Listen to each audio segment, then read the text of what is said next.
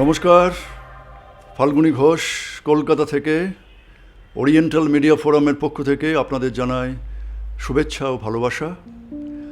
আমরা আজকে এমন এক ব্যক্তিত্বের মুখোমুখি হতে চলেছি যিনি সর্ব অর্থেই একজন কবি, একজন শিশু সাহিত্যিক।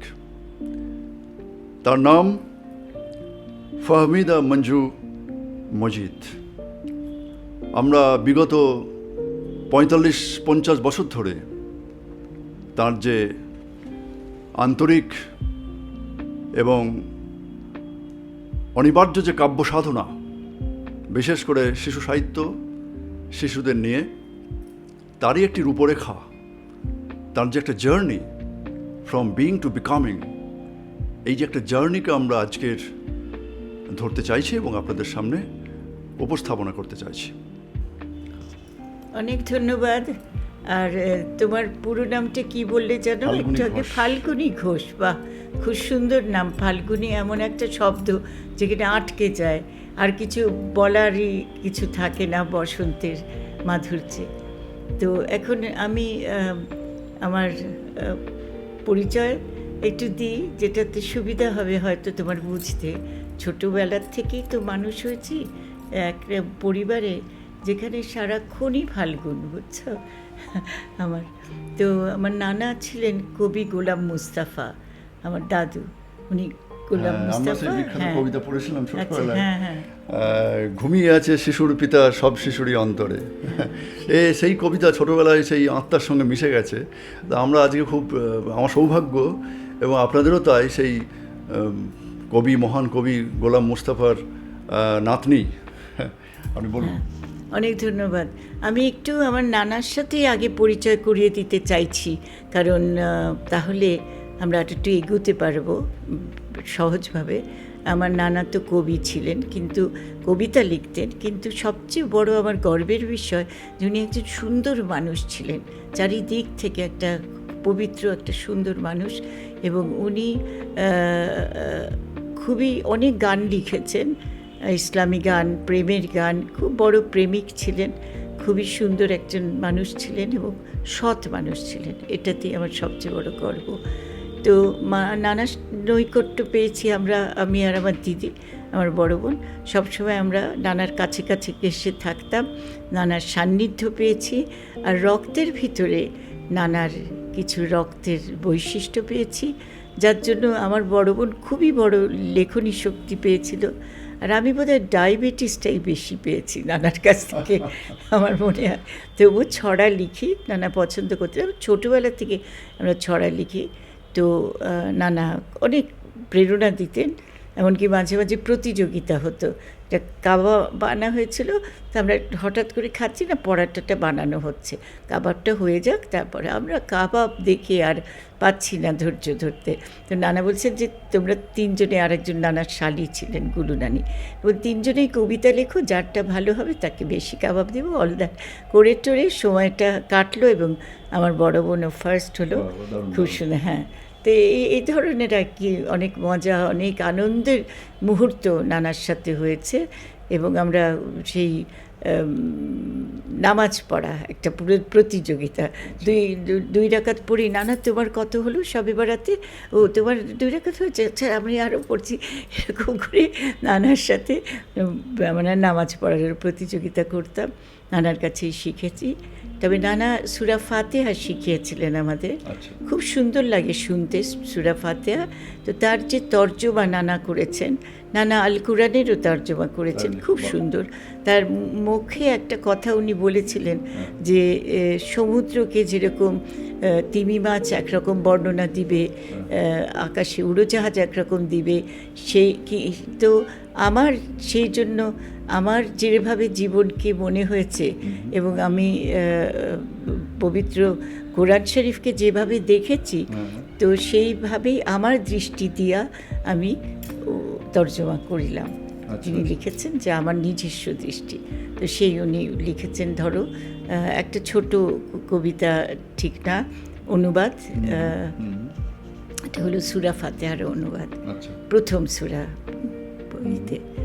তো ওটা হলো, অনন্ত অসীম প্রেমময় তুমি, বিচার দিনের স্বামী, যত গুণগান তোমারই মহান, তোমারই অন্তর্যামী।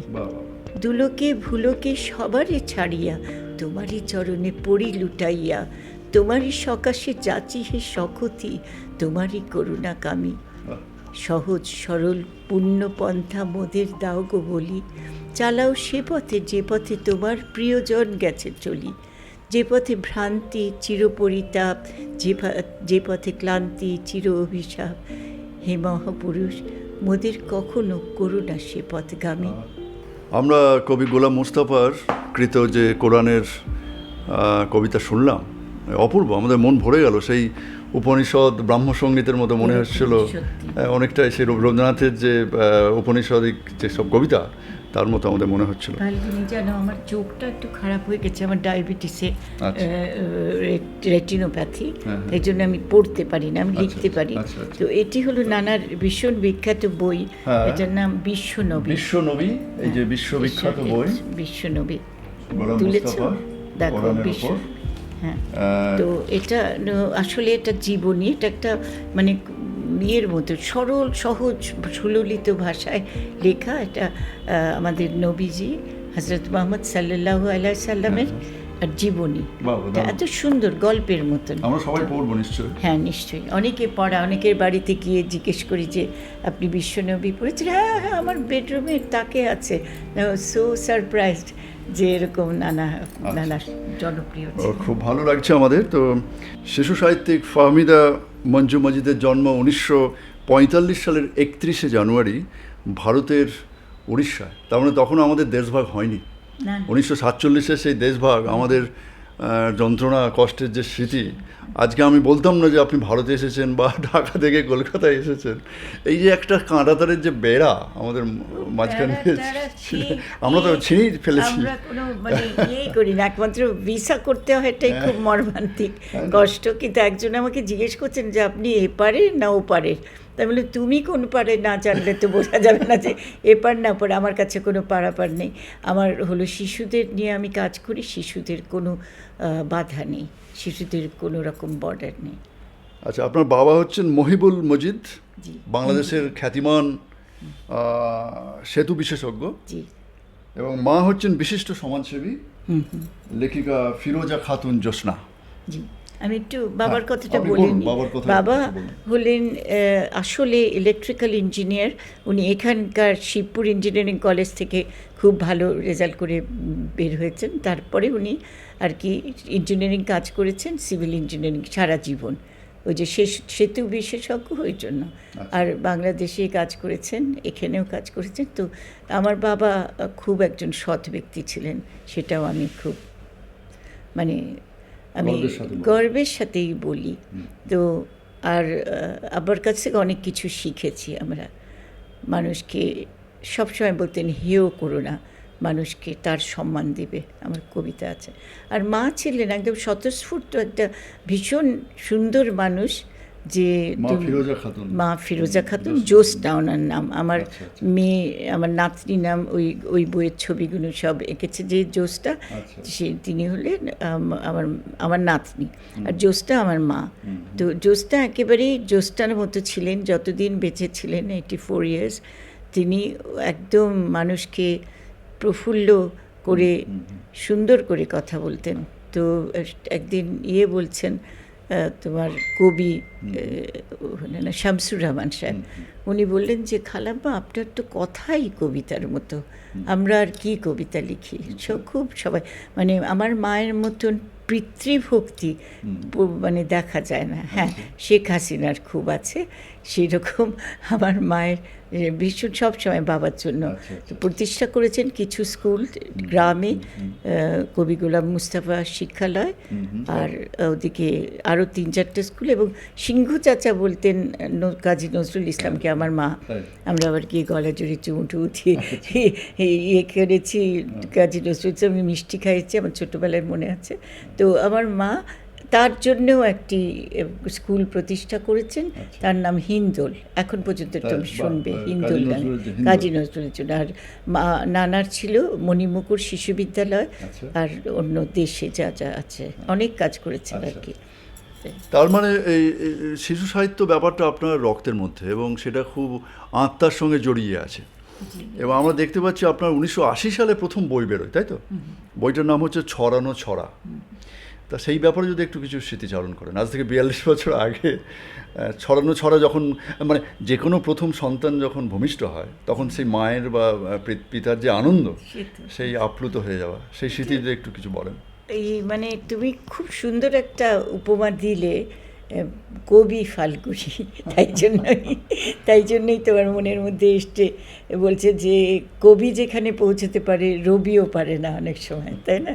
তো তুমি ঠিক কথাটাই বলেছো যে এটা একটা জন্ম দেওয়ার মতন ভীষণ কষ্ট, একটা বই বানান ভুল ছাড়া ছাপানো কি যে একটা কঠিন ব্যাপার, কোথায় পড়বে কি করবে সেগুলো সাজানোর। আমার তো চিলড্রেন্স বুকস মানে অনেক অলংকরণের প্রয়োজন না, তো আল্লাহর রহমতে ওই বইটায় আমি দেখাবো তোমাকে। ওই বইটাতে আমার মামা মুস্তাফা মনোয়ার, উনিও আর্টিস্ট, আর আমার মেজো মামা ছিলেন মুস্তাফা আজিজ, উনি স্কেচ স্পেশালিস্ট, আর আমার মামা ফাইন আর্টিস্ট। উনি এখানে ক্যালকাটা আর্ট ইনস্টিটিউট থেকে গোল্ড মেডেল পেয়েছেন, ফার্স্ট ক্লাস ফার্স্ট, ভীষণ ভালো রেজাল্ট। তো ওই মামা উনি যে কতগুলো ছবি এঁকে দিলেন না, মানে তুমি চিন্তা করতে পারবে না, শিশুকে শিশুর মতন আঁকা এই আর্টিস্ট তুমি খুঁজে পাবে না, খুব কম। বিদেশে কিছু তো অবশ্যই আছে, আমাদের দেশে খুব কম। তাহলে দেখা যাচ্ছে যে আপনার পারিবারিকভাবে আপনি শিশু শিল্প সাহিত্য, আপনার মামা আর্টিস্ট ছিলেন, দাদু ছিলেন বড় কবি, একটা এই যে ঘরানা, এই যে পরিবেশের মধ্যে আপনি বড় হয়েছেন। ওই যে আবার তুমি একটা সুন্দর কথা বলেছো, ঘরানা, উইচ ইজ ট্রু। কারণ আমার নানা যখন বিশ্বনবী বলছেন, তার দুই ছেলে আর্টিস্ট, বলছেন যেটা আঁকো, তো বিশ্বনবী আর একটা প্রচ্ছদ ছিল, এই প্রচ্ছদটা না ঠিক, কিন্তু বলছে দূরে, আরও দূরে, আরও দূরে। মোটু বলছে আমি ছোটো করে আঁকছি, তারপরে মরুভূমির যে এ প্রান্ত থেকে ও প্রান্ত, তো উনি বুঝতেন, পার্সপেক্টিভ সম্বন্ধে খুব ভালো ধারণা ছিল, উনি নিজে ছবি এঁকে বলে দিতেন। তো এই আমার হাতে প্রথম বই ফাহমিদা মঞ্জু মজিদের প্রথম বই ছড়ানো ছড়া। ছড়ানো ছড়া যে কবিতার বই শিশুদের, সেখান থেকে আমি একটি কবিতা পাঠ করছি। তা একটি ছড়া, প্রথম ছড়া, এক বিশ্বের শতদল। সবাই এসো দৌড়ে কাছে, এই বইয়ে এক মজা আছে, কাউকেই বাদ দিচ্ছি না, তেমন ঝুঁকি নিচ্ছি না, বিশেষ করে ছোট্ট যারা, বলছি শোনো কারা কারা। নানান রকম নানান শিশু, কারো আল্লাহ, কারো যিশু, কারো মসজিদ গুরুদুয়ার, কারো মন্দির চার্চ দুয়ার, কেউ বা পথের ছিন্নমূল, কেউ বা বেচে গোলাপ ফুল, কেউ বা হাঁটে দেখতে পায়, কেউ বা হুইল চেয়ারে হায়, কেউ বা পায়ে চলেও না, শোনেও না, বলেও না, কেউ বা চোখে দেখেই না, জন্মেই সে দৃষ্টিহীনা, কেউ বা ভীষণ বুদ্ধিমান, কারোর মাথায় অল্প জ্ঞান, ঘরবাড়ি নাই গরিব অতি, কেউ বা আবার কোটিপতি। সবাই মানুষ এই ধরার, রাখতে হবে মনে আর, শিশু শিশুই নাই তো দল, এক বিশ্বের শতদল। কি অপূর্ব! এই যে একটা, আপনি একটা বাচ্চাকে এত অল্প বয়স থেকে একটা সর্বধর্ম সমন্বয় থেকে শুরু করে, এবং পৃথিবীর যেসব ডায়ালেকটিক্স, বৈপরীত্য, এই বৈপরীত্যের জায়গাগুলোকে আপনি বুঝিয়ে দিচ্ছেন, ছুঁয়ে যাচ্ছেন। এটা কিন্তু এক বিন্দুতে সিন্ধুকে আপনি ধরেছেন। আমরা ব্রেকের কবিতায় পড়েছিলাম যে একটা বিন্দুর মধ্যে আমরা যদি সিন্ধুকে ধরতে পারি, সত্যি তো। আর রবীন্দ্রনাথ তো বলেছেন যে ছোট হয়ে আমি রহিব তোমারে ঘেরি, তোমার ক্ষুদ্র জীবন করিব হাসির মতন করি। একটা অশ্রু জলকে, একটা শিশিরকে বলেছেন, সূর্য বলছে। তো ওই ধারণাটা হবে নিশ্চয়ই। আমি একটা জিনিস বলছি যে অন্যেরা করে কি, তাদের নিজেদের সিদ্ধান্ত কি নিজেদের ধারণাটা শিশুর মধ্যে চাপিয়ে দেয়। হ্যাঁ, চাপিয়ে, আবার তুমি একটা ভালো শব্দ বলো, চাপিয়ে দেওয়াটা ঠিকই, একদম ইম্পোজ করে। তো তখন দেখা যায় যে ওই যে শব্দ ওরা জানে না, গড়ে দেবো আমরা, নিশান গড়বো, হ্যান করবো, দেশ করবো, দেশ সম্বন্ধে ভালো ধারণা নেই, আইডিয়া নেই। তো তারপরে আমি দেখি যে ওদেরকে অনেক কিছু শেখানো হয়, রাজাকার রাজাকার ওয়াকথু রাজাকার, এটা কোনো একটা ছড়া হলো, কিন্তু আমি বাংলাদেশে শুনেছি এরকম ছড়া, যে ছড়াটা শিশুরা বোঝেও না, মাঝখান থেকে মুখস্থ করে। তারপরে এমনি সাধারণ অন্য ছড়াও দেখেছি, ঊর্ধ্ব গগনে বাজে মাদল, নিম্নে উতলে দল, এগুলো করে। তো আমি তো সেজন্য ওদেরকে স্বাভাবিকভাবে ছড়া পড়াটার ব্যাপারে বলি। তো আমি বলি একটা একটা ছোট ছড়ায় আমি তোমার কথার উত্তর দিচ্ছি, যে কিছু না কি না, ওটা তো ভূতেরটা। আচ্ছা, ছড়া লেখা কি এমন সহজ তো খোঁজা মিল, একটু মজার কথা তার সাথে গোজা মিল, এই ভেবে তোমরা যে দাও না কো মূল্য, তাই ছড়া পড়াটার চোখে দাও ধুল্য। কেউ পড়ো ঢুলে ঢুলে যেন এক নামতা, কেউ পড়ো তুতলিয়ে আমতা আমতা, কেউ কেউ জলপ্রপাতি পড়ো গড়গড়িয়ে, কেউ তুফান মেল পড়ো হড়হড়িয়ে, কেউ পড়ো ঢং করে ইনিয়ে বিনিয়ে, কেউ পড়ো না বুঝে এই বিষয়টা কী নিয়ে। বুঝছো, আহ্লাদে আটখানা, কেউ যেন যন্ত্র, বীর মন্ত্র, হ্যাঁ ছড়া পড়ে বীর মন্ত্র। কেউ কেউ প্রতিযোগিতায় চাও শুধু জিততে, মিঠে ছন্দটাকেই করে দাও তীর্থে। ছড়া শুধু পড়া না, হ্যাঁ অভ্যাস নিত্যি করলেই শিখে যাবে ভালো আবৃত্তি।